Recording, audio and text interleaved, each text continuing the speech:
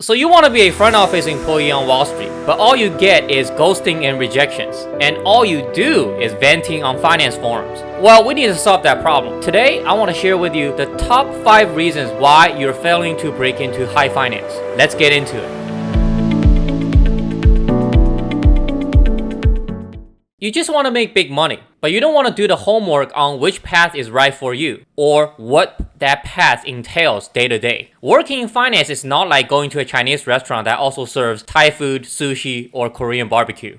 All these high finance jobs require a different skill set and different job search motions. Investment banking and equity research are entry points. Private equity, hedge fund, and venture capital are close to almost all of you right out of college. You need to know these things. Otherwise, you're just another wannabe who doesn't want to put in the work to know the rules of the game. And we all know those types will be stuck in the back office their entire career without knowing why they never made it to the front office. Your interviewers don't care whether you're pursuing multiple paths at the same time. Their only goal is to hire the absolutely best talent who is perceived to be most committed to their specific path. And it's shockingly easy to weed out those who don't know what the hell they're talking about. Let me share with you some personal experience. Everyone who has done an MBA knows there's always a sizable amount of incoming MBA student with zero clue on what they actually want to do post MBA. So they just recruit for both IB and consulting. Both of those paths have the most gruesome recruiting process that have multiple rounds of technical and fit interviews. And then super days and some wine and dine, but are really also fit interviews. And imagine doing that for 2 to 3 months for 10 plus banks and 5 plus consultancy. First, it takes stamina. Second, you're unable to present the best version of yourself consistently in front of any of them. So those candidates almost always end up getting into neither. And same will happen to you if you don't figure out beforehand what you exactly want to pursue. And also, I know you might be suffering from the grass is greener syndrome. Like you want hedge fund for the quickest path to money, but you also know private equity provides more stability and more rigid progression. Let me just stop you right there by saying they all have trade-offs. Just pick one path that fits your top search parameter. If you want some predictability, pick the IB to private equity path. Just know you have to live with all the negatives associated with those two professions as well.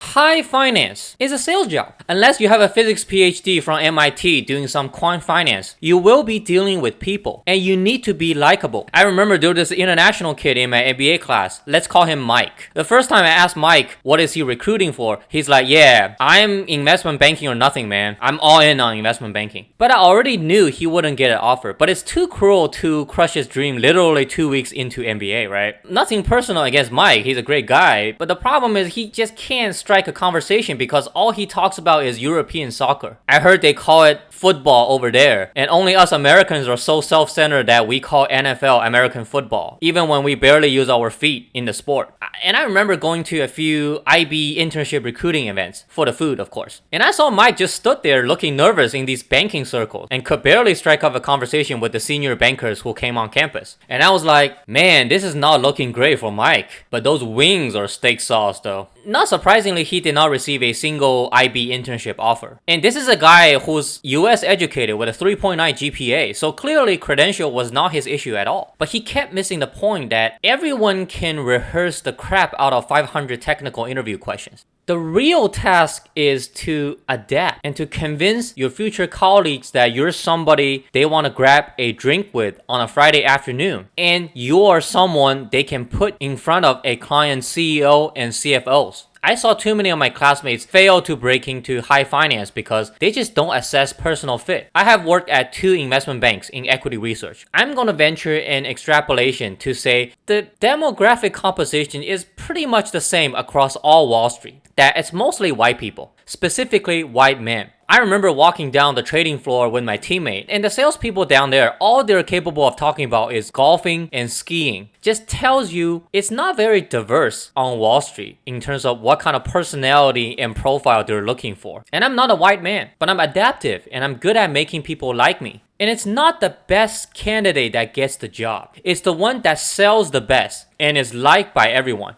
If you want to work in the US in high finance, Make an effort to adapt. There's no textbook way to do it. I just happen to like NFL and NBA, and I also love watching movies and TV and playing video games, especially to candidates pursuing a career not in their native country. Maybe it's easier for me because I am Asian and I live in the US and I speak multiple languages. So if you're struggling to get into finance because of people skills, you need to think about whether you are a fit for the profession. Yes, at first you will be an Excel and PowerPoint monkey, but the firms are hiring all of you in hopes of finding a bunch who do have the potential to start bringing businesses for the firm. And that's where you make the big bucks too. That is all to say, Wall Street firms are ultimately hoping to find exceptional salespeople. So to you, can you sell? And the first thing you need to be able to sell is yourself. Look, everybody wants to date George Clooney or Miranda Kerr. I hate to tell you this, most of you guys' resume don't look like one. You need to get rid of the Goldman Sachs, Blackstone, Tiger Cub, or nothing mentality. Can you beat that outlier that made it into these elite firms from an ultra non-target? Maybe? What are the odds? Let's be real. It's very low. And when I see folks asking about how do I get into a Tiger Cub hedge fund on online forums over and over and over, go on LinkedIn, search by all the research analysts who have ever worked at Viking Global. How many of them have a ultra non-target background and maybe worked at a middle market bank? None. There, you have your answer. Instead of wasting time fantasizing, how about work on your skills, cast a wider net, and get your own seat at a place where you actually might be a better fit. In the most elite firms, they're not necessarily the best place for your career. If you can't strike up a conversation about your prep school life and the secret society they were all a part of during their Ivy League school days, I'm not sure whether you really enjoy working and socializing in that kind of environment. And I can assure you, you can make big bucks in finance or any field without having to work at those firms. If you found the right fit and met the right mentor, you will grow and hopefully create a ton of value to your employer and capture some of the value you created. And should you want to capture majority of your value creation, you can even start your own firm down the road and build your own brand. Maybe the future generations can fantasizing about working for your firm. Of course, if you insist on pursuing prestige and brand name just to compensate for your low self-esteem, you have a lot bigger problem to deal with.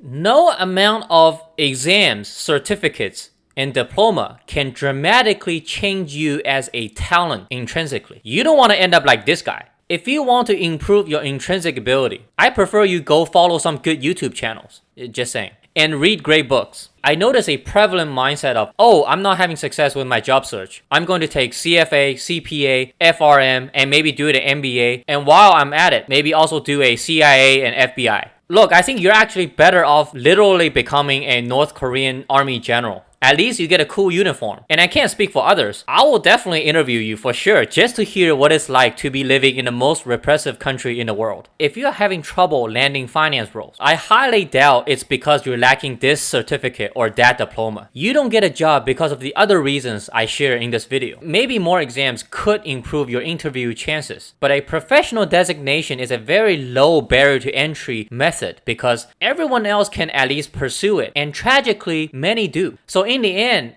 everyone has that designation and no one stands out. But the exam sponsor can't lose. They're like the casino or the horse race track. The house always wins. I think the opportunity cost of time is just too high because you could be spending that time to gain more targeted knowledge and network to source jobs. Remember, a job lead has the highest barrier to entry if you are the only candidate, and that's obtained by networking, not by getting badges, which leads to my next point. But before that, if you found this content helpful, click that subscribe button and hit like and the bell icon so you don't miss my future content.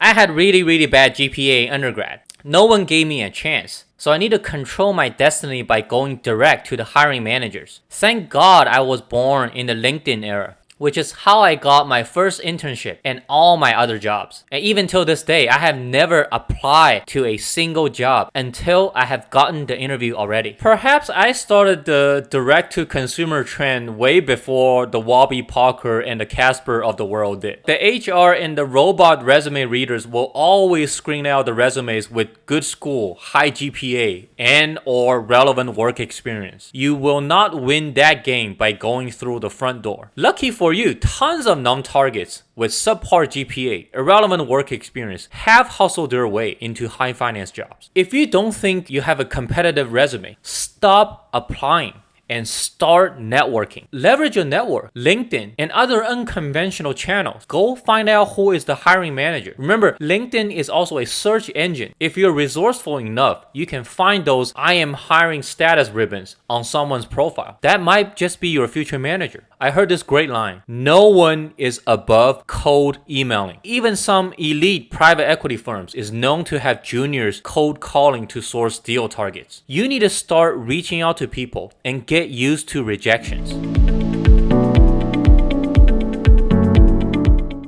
I will help you with 2 examples and let you take it from here. If you don't have functional experience, an internal candidate is not more favored than external candidates. For example, if you want to work as an investment banking analyst and you're working in the back office or middle office at that same bulge bracket bank, you are a less competitive candidate than someone working in middle market investment banking at another firm. I've seen and have gotten a lot of questions around, so I really want to work as a research analyst at a mutual fund. Should I accept the offer to work in trade support at a mega mutual fund over the offer to work in sell-side equity research? No, you should not. It's not an easy move to go from back office to front office, even as an internal candidate. By your argument, it should be easy for a waiter working at the same restaurant to get a chef job over a chef at another restaurant. But that's just not true. That's common sense. Right? So the takeaway, pick function over firm. Always think about what skills you need to acquire to reach your goal and pick a role that equips you with as many needed skills as possible. Even if it's at a lesser firm, when people hear you work in compliance at Goldman, no one will remember you working at Goldman. People will only remember you work in compliance.